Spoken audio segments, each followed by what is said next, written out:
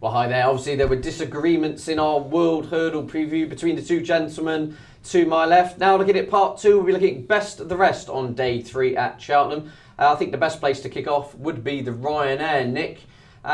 This is a race, to be honest with you, that's given me a bit of a head scratch, just because there's so many imponderables at the moment. Will they run? Won't they run? Will they run? Etc. I mean, do you have anything, A, you think will run, and B, you're confident of success on the day? Well, you've just summed up Cheltenham Ante-post betting completely these days. It's more specific to this race, I would argue. Yeah, I mean, there's certainly dilemmas here, and a lot of it revolves around Sprinter Sacri. If he runs in the Champion Chase, then I think it's more likely that Beneficent would run in the Ryanair. If Sprinter Sacri doesn't go, Connections might be tempted elsewhere. If the Tony Martin horse goes here, he's by far the most likely winner, in my opinion. Often underrated horse. He's won 4 graded races, all at big prices, 50s, 10s, 20s, 9s, always dismissed by the bookmakers, but not nearly always, but quite often comes up trumps. Did it last season and beat Dinest. Dinest, a hot favourite in the Juice, and no fluke about that result at all. Again, Leopardstown, Christmas, 2 miles, beat Hidden Cyclone and Arvika. I think it was 9-1 to win that day. Dismissed again, comparatively, by the bookies.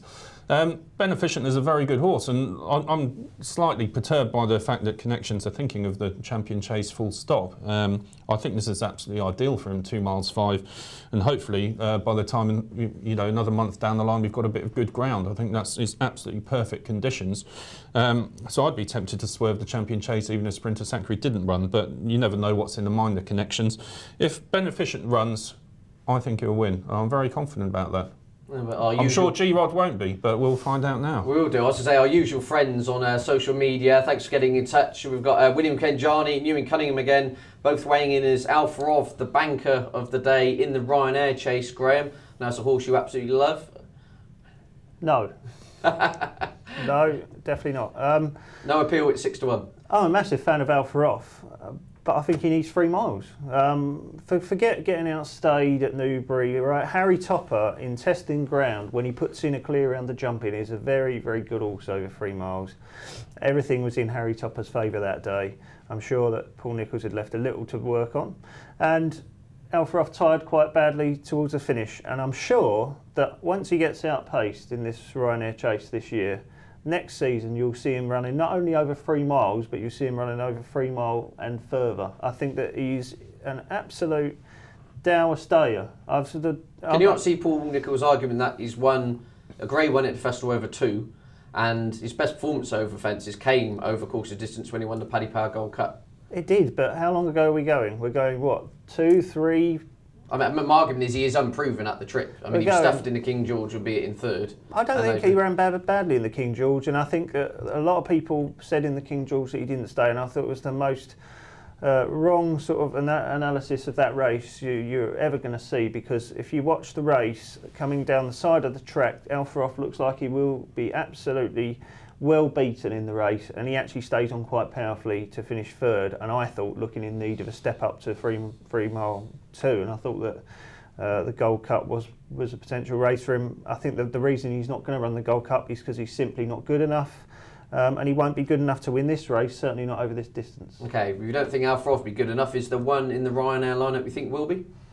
Bailey Green is the one that I've backed already, Ante-post.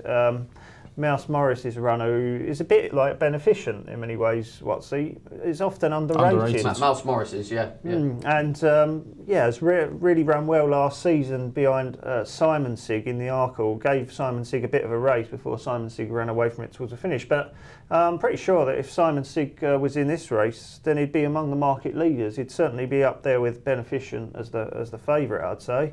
And I thought that Bailey Green looked for all the world that he would improve for a step up in trip last season, and kept on quite nicely. He likes decent ground and has run some good races this season over fences in Ireland, was close up to size in Europe early in the season, then went on to finish behind Texas Jack, who travelled quite well next time in the Hennessy but didn't appear to get home. And I think he's, provided we get decent ground, he's definitely going to improve for the return to Cheltenham on better ground. And we know Mouse Morris has got a fantastic record, hasn't he? When bringing horses over to the festival, he doesn't bring them over just for the trip. So I think that Bailey Green is the value in the race. Okay, well that's interesting. Bailey Green for Mouse Morris. There's a cracking looking novice contest at the start of the card. The JLT Novice Chase, as it's called now, over 2.5 miles, Nick. Lots of people have been getting in touch. James Reynolds says, wonderful charms, form's working out well, looks like he's got very little to beat. I'm pretty much going along those lines. I've backed that horse Ante-post, Nick. Quickly, is there anything in the race that jumps out at you at all from a betting perspective at this stage? Yeah, and it's probably not wonderful charm either. Not that I don't like the horse, but you know, was he 5-6 to 1 at the moment? I'm was looking a bit bigger than that for a winner at Cheltenham, and there's a horse at 33 to 1 you can back called Edward. Yeah, who doesn't come from a fashionable stable, particularly these days. Nicky Richards, trains up north, but has actually got some really good form. Third at Cheltenham last season in a hurdle behind Melodic Rendezvous and Royal Boy. I mean, that couldn't have worked out much better. He wasn't beaten very far in it either. Went over fences this season. Probably should have beaten Pendra. Would have beaten Pendra, I think, at Carlisle in his debut, but sprawled on landing 2 out when he was challenging. So he didn't quite do it that day, but made amends next time. Won at Carlisle next time. I know that Nicky Richards just let him off over the winter because he didn't want to bottom him on this soft and heavy ground. He's going to be back soon. He was in the entries last week, although he didn't actually make a reappearance. I think if he gets a nice run into him between now and Cheltenham, I think 33 to 1's massive, because I think he's a horse that's got a huge amount of ability, and he's overpriced because, in many people's view, Nicky Richards probably doesn't have, a high calibre of horse these days, but I think he's got one here. Very interesting stuff. And then, Graham, I'm going to try and make things awkward for you now. Really straightforward races like the Kim Muir and the Potemps. Anything which has set the alarm bells going off in your head? No, I'm going to be straight up and honest with you, Ted, that it's too early to be getting involved in those races. We haven't really got an idea what's going to run. I know that people, they like to think they're clever by throwing up a horse for this race, a horse for that race, miles in advance. But I mean, it's just a huge risk. Unless you are close to the trainer or the owner and you know that is the absolute big target. I remember Watsy a couple of years ago, to his credit, knew from a long way out that T4 was going to be running in the National Hunt Chase, and that was a good shout a long way out. But I just think it's too risky throwing up a horse unless you're very, very close to the trainers or the owners and you know exactly they're going there. Okay, well, it's glad that the people on social media aren't as boring as you, G-Rod, because Adam Bears says Lockbar in the Kim Muir. That's his banker on that day. We've got James Richardson, Salut Flow, another one of your favourite old horses there, Graham, for the Burn Group plates. I mean, I'm going to throw one in. Fingal Bay for the Potemps. He's been raised £6 for his recent comeback win at Exeter. I've taken the 14 to 1. He's off a mark of 148. I think each way, as long as they get the mad ideas about the World Hurdle out of their head, I really cannot see him out the 4 with Dickie Johnson on board. Then, lads, I mean, is there anything else at all, Nick, you want to mention from day 3? Any secret certainties? I do agree with G-Rod to an extent. I don't want to be boring, but I mean, Thursday's probably the trickiest day in terms of the handicaps. Burn Group plate. I've heard nothing concrete of anything that's going for that race yet. Same with the Kim Muir, although I would give a tentative vote in that. I could see a horse called Balna Slow of Willie Mullins is running in it, in Gigginstown horse, finished 4th in the Thyestes last time.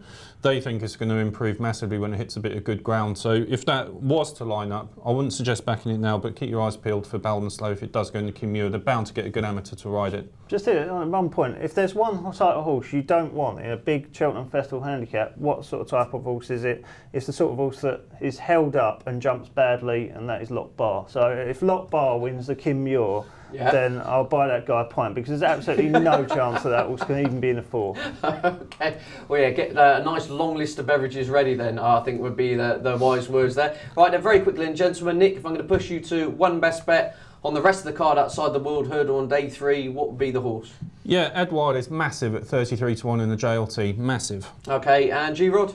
Yeah, Bailey Green, yeah, that's the one I took. Bailey Green, yes. Bailey Green, each way in the Ryanair, yeah. Brilliant. Okay, well, thanks for your contribution then, gentlemen. Thank you very much for watching at home and for your input on social media. Next week, we'll be looking at Gold Cup Day. Join us again then on RPTV.